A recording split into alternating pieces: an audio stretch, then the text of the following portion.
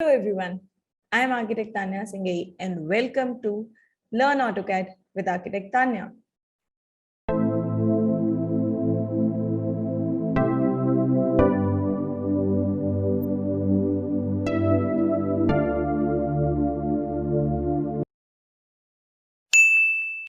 Hello everyone, I am Architect Tanya Singhei and welcome back to Learn AutoCAD with Architect Tanya. This is chapter 26 and today we are going to learn about dimensions. Now, why is dimension so necessary? जब मैंने आपको पिछले कुछ chapters में बताया था कि आपकी जो ड्राइंग है ना वो सेल्फ एक्सप्लेनेटरी होनी चाहिए. मतलब अगर आप अपनी ड्राइंग किसी को भेज रहे हो, लेट्स से क्लाइंट को भेज रहे हो या फिर कॉन्ट्रैक्टर को भेज रहे हो,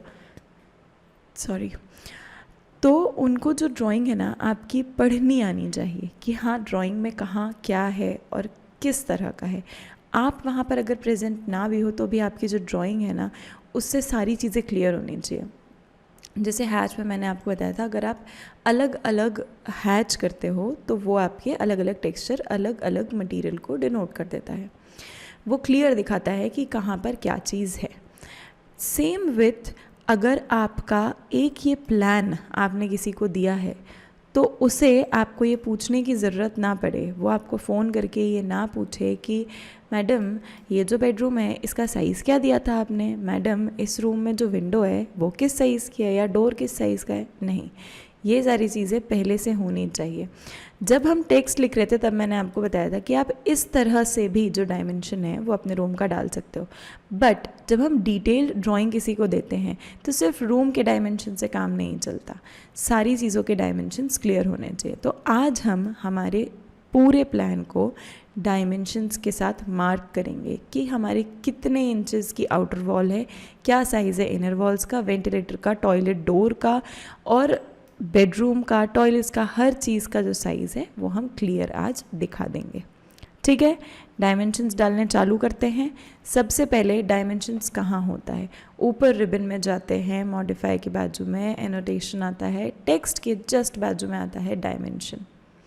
ठीक है, डायमेंशंस का जो शॉर्टकट कमांड होता है वो होता है DIM. ये आ गया डायमेंशन. डायमेंशन डाल सकते हो आप ऊपर नीचे किधर भी कैसे भी, बेसिक. अब जब आप डायमेंशन के बाजू में जाते हो तो डायमेंशन के बाजू में ये छोटा सा एक डायमेंशंस का डिमार्केशन और दिख रहा है आपको, उसके बाजू में एरो है, वो क्लिक करते हैं. अब ये देखो, अब क्या होता है, कभी कभी मान लेते हैं हमने ये डोर दिया हुआ है पर डोर का स्विंग जो है वो क्लियर नहीं समझ आ रहा है. तो अब डोर के स्विंग को हम कैसे दिखाएंगे कि भाई इसका डायमेंशन क्या है, किस रेडियस पे या किस आर्क में, किस एंगल में, किस तरह ये जो है हमारा स्विंग वो घूम रहा है, उसका डायमेंशन क्या है. कभी कभी हमने एक मान लेते हैं, हमने एक यहाँ पर डाइनिंग टेबल दे दी. अब डाइनिंग टेबल का रेडियस क्या है या डायामीटर क्या है, ये सब चीज़ें. कभी हम डिज़ाइन ऐसे करते हैं जहाँ पर रूम में या हमारी जो बॉर्डर है यहाँ एज नहीं आता, यहाँ एक सर्कुलर पोर्शन आ जाता है. मान लेते हैं कि यहाँ पर ना एक ऐसे करके आर्क बनता है ये. तो फिर आप इसको कैसे दिखाओगे कि ये, अब इसका डायमेंशन कैसे देंगे हम, ये तो हमारा लीनियर डायमेंशन में नहीं आता ना. तो ये जो डायमेंशन के टाइप्स हैं, लीनियर है, एंगल्ड है, एंगुलर है, आर्क है, रेडियस, डायमीटर, ओरिएंटेड और जॉग, सब कुछ है. तो आप किसी भी शेप का, किसी भी चीज़ का डायमेंशन जो है वो क्लियर दिखा सकते हो. पहले हम चालू करेंगे लीनियर से. क्यों? क्योंकि दो ही टाइप के डायमेंशंस जो हैं वो सबसे ज़्यादा आपके यूज़ आते हैं. एक होता है लीनियर, एक होता है एंगल्ड. ये अलाइंड और एंगुलर, ये तीन ही सबसे ज़्यादा काम आते हैं. एंगुलर ये कि आपको कितने डिग्रीज है, क्या है वो सब. एंगल्ड है और लीनियर. एंगल्ड में क्या होता है, अब हमने बनाया है, मान लेते हैं एक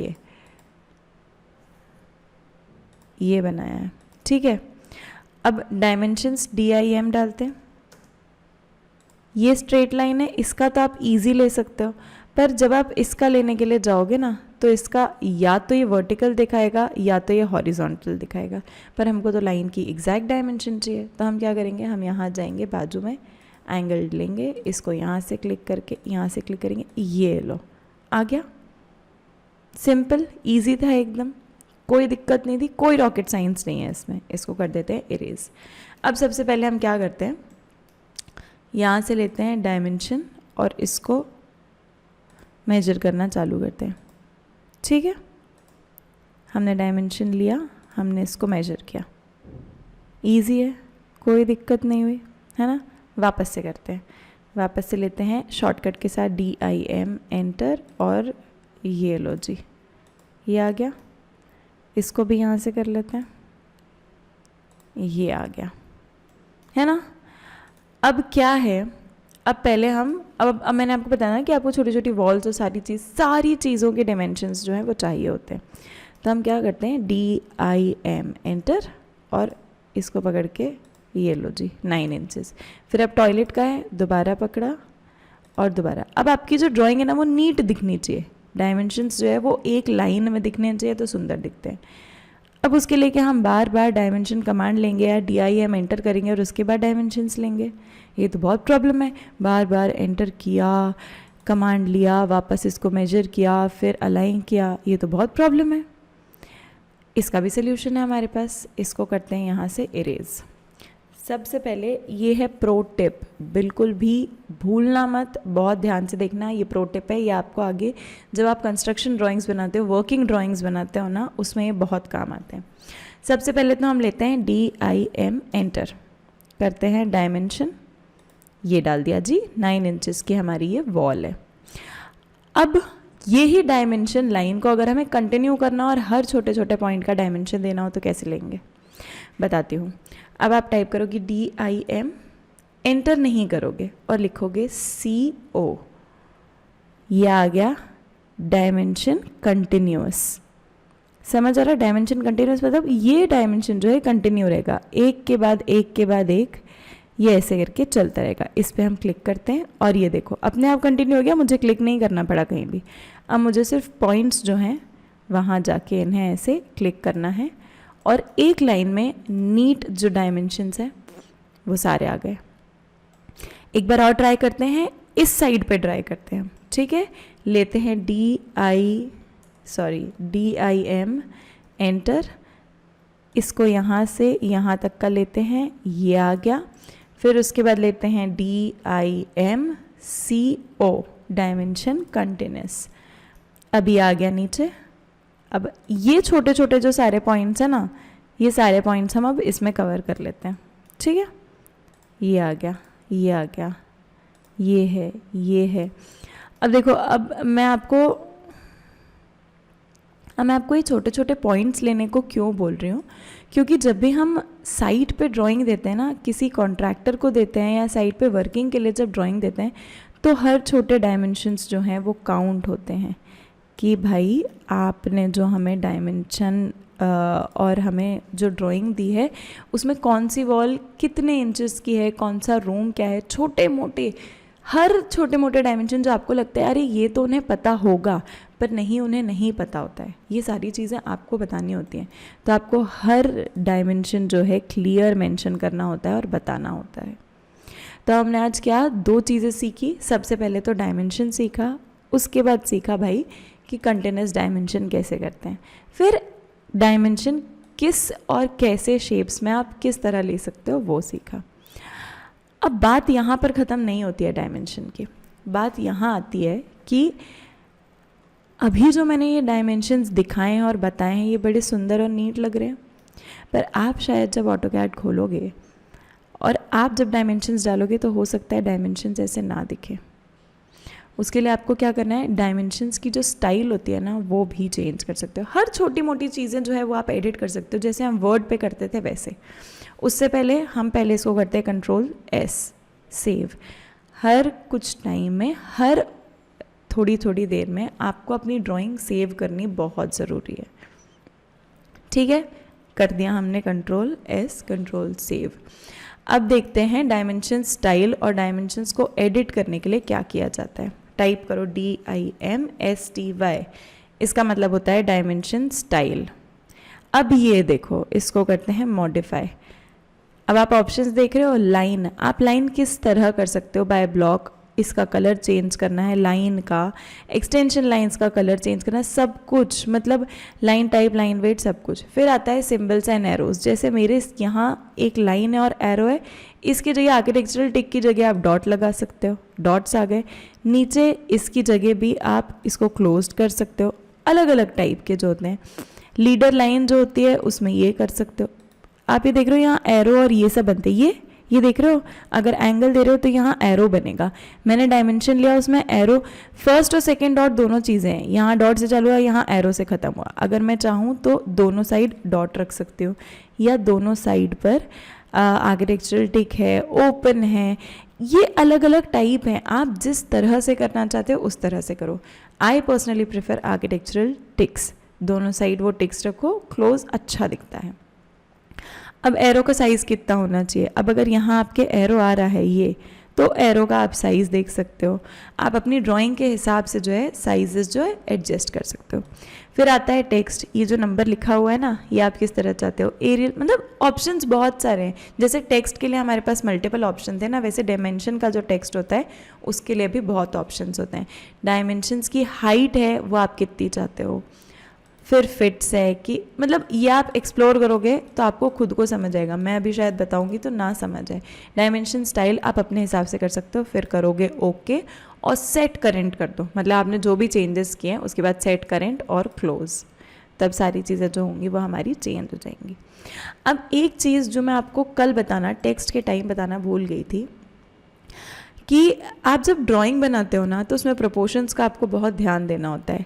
मे इट बी वो ड्राइंग हो, वो टेक्स्ट हो या डायमेंशंस हो। अगर ये डायमेंशन इसकी जगह इतना बड़ा होता कि भाई ये जो है ना, जैसे मैं आपको बताती हूँ, जैसे अगर ये बेडरूम है, बेडरूम में अगर मैं इसको एडिट करूँ, ठीक है, इसको करते हैं सिलेक्ट, और 5 इंचज़ की जगह 10 इंचज़ हो, ये इतना बड़ा लिखा हो, तो क्या ये हमारे ड्राइंग में अच्छा लगेगा इतना बड़ा लिखा हुआ?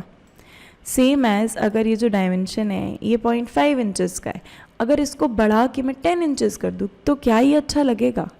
नहीं, ये अच्छा नहीं लगेगा। तो जब भी आप अपनी ड्राइंग में टेक्स्ट डालो, डायमेंशन डालो, तो प्रोपोर्शंस देख के सारी चीज़ें रखनी है कि भाई डायमेंशंस बहुत बड़े ना दिख रहे हो, टेक्स्ट बहुत छोटा या बहुत बड़ा ना दिख रहा हो। आपको हर चीज़ ध्यान रखनी होती है कि ना, जब आप किसी को ड्राइंग प्रेजेंट कर रहे हो तो ऐसा तो नहीं ड्राइंग बहुत छोटी दिख रही है और टेक्स्ट और डायमेंशंस बहुत बड़े बड़े साइज़ के दिख रहे हो, वो भी नहीं होना चाहिए। सारी चीज़ें आपको देख के प्रोपोर्शंस के साथ करनी है। अब जो हमने डायमेंशंस डाल दिए हैं सारे, तो अब हमको दिख रहा है कि हाँ रूम हमारे कितने बाय कितने का है, टॉयलेट, बालकनी, सारी चीज़ों के डायमेंशंस जो है वो क्लियर समझ आ रहे हैं, किसी चीज़ में कोई प्रॉब्लम नहीं है। जो भी ये ड्राइंग देखेगा पढ़ेगा उसको ईजी समझ आएगा कि भाई ये रूम का साइज़ क्या है, या ये ओटीएस का साइज़ क्या है, टॉयलेट का, वेंटिलेटर का, सारे साइजेस क्या हैं। अब आपने देखा कि अभी तक के चैप्टर्स में हमने सारी चीज़ें पढ़ ली हैं, मैक्सिमम टूल्स हैं जो हमारी एक ड्राइंग को बनाते हैं वो सब हमने कर लिया है।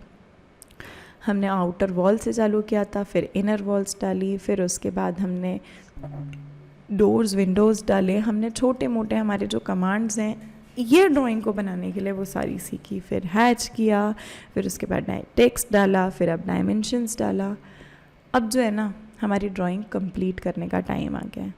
आपको बताने के लिए एक एक दो दो चीज़ें हर जगह मैंने लगाई और दिखा दी, बट अब एक्चुअली हमारी जो ड्राइंग है उसको कंप्लीट और उसको प्रेजेंटेबल बनाने का टाइम आ गया है।